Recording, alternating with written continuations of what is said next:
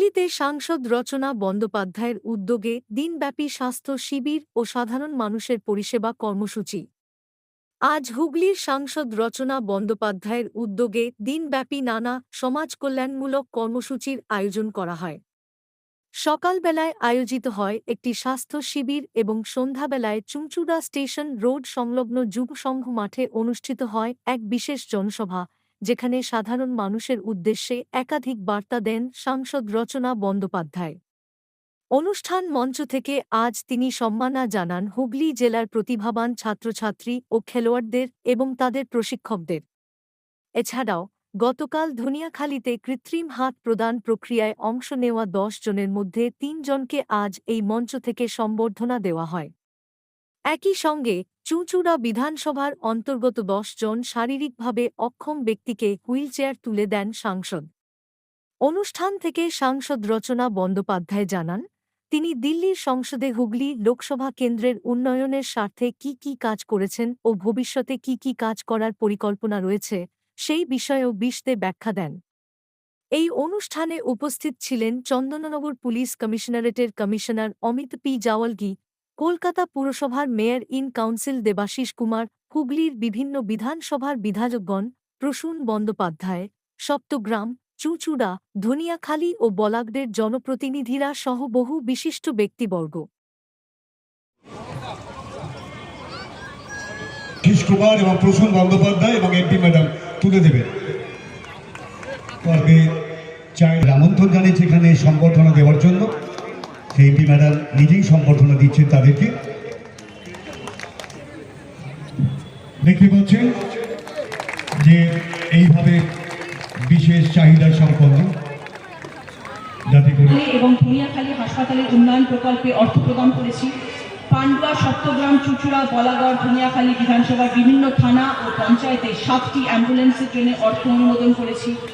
মানুষ যাতে পানীয় জল পান তার জন্য পান্ডুয়া, চুঁচুড়া, সপ্তগ্রাম বিধানসভার বিভিন্ন কলেজ, স্কুল, বাজার সহ বিভিন্ন জায়গায় 5টি জল প্রকল্পের কাজ সমাপ্ত হয়েছে।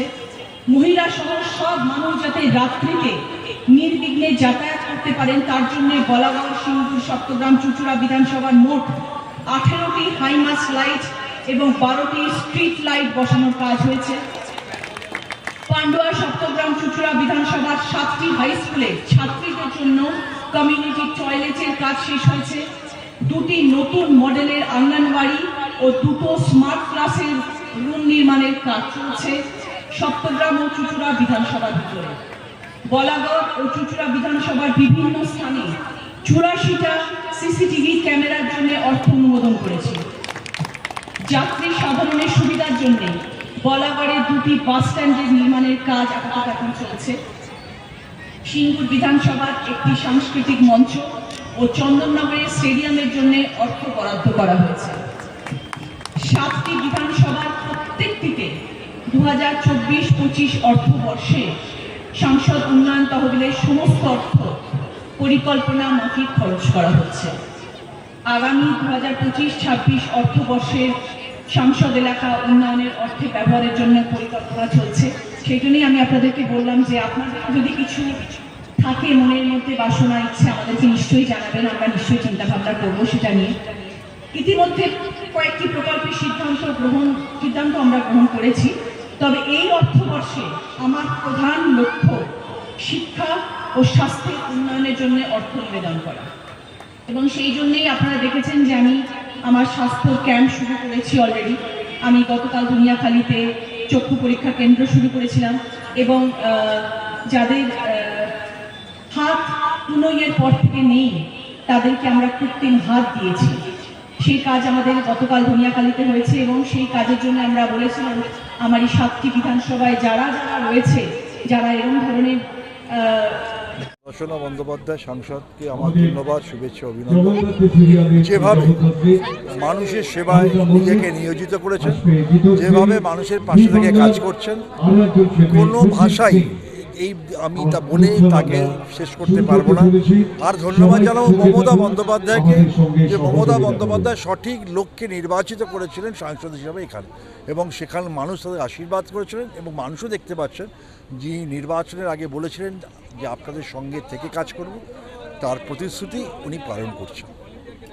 এই স্বাস্থ্য পরীক্ষার একটা ক্যাম্প করে সবাইকে একটুখানি পরিষেবা দেওয়ার চেষ্টা করলাম।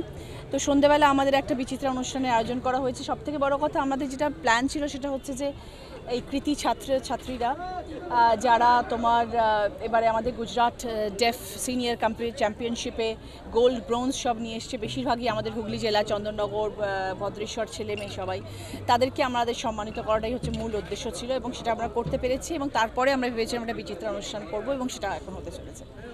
দেখা গেল এই মঞ্চ থেকেই হুইল চেয়ার দেওয়াও হলো। হ্যাঁ, আমার ইচ্ছেও ছিল যে কিছু হুইল চেয়ার দান করার এবং প্রত্যেকটি যখনই আমার কোনো স্বাস্থ্যর ক্যাম্প হবে আমি সেখানে কিছু কিছু মানুষকে হুইল চেয়ার দেবো যাতে আগামী দিনে মানুষরা উপকৃত হন। যদি জেলা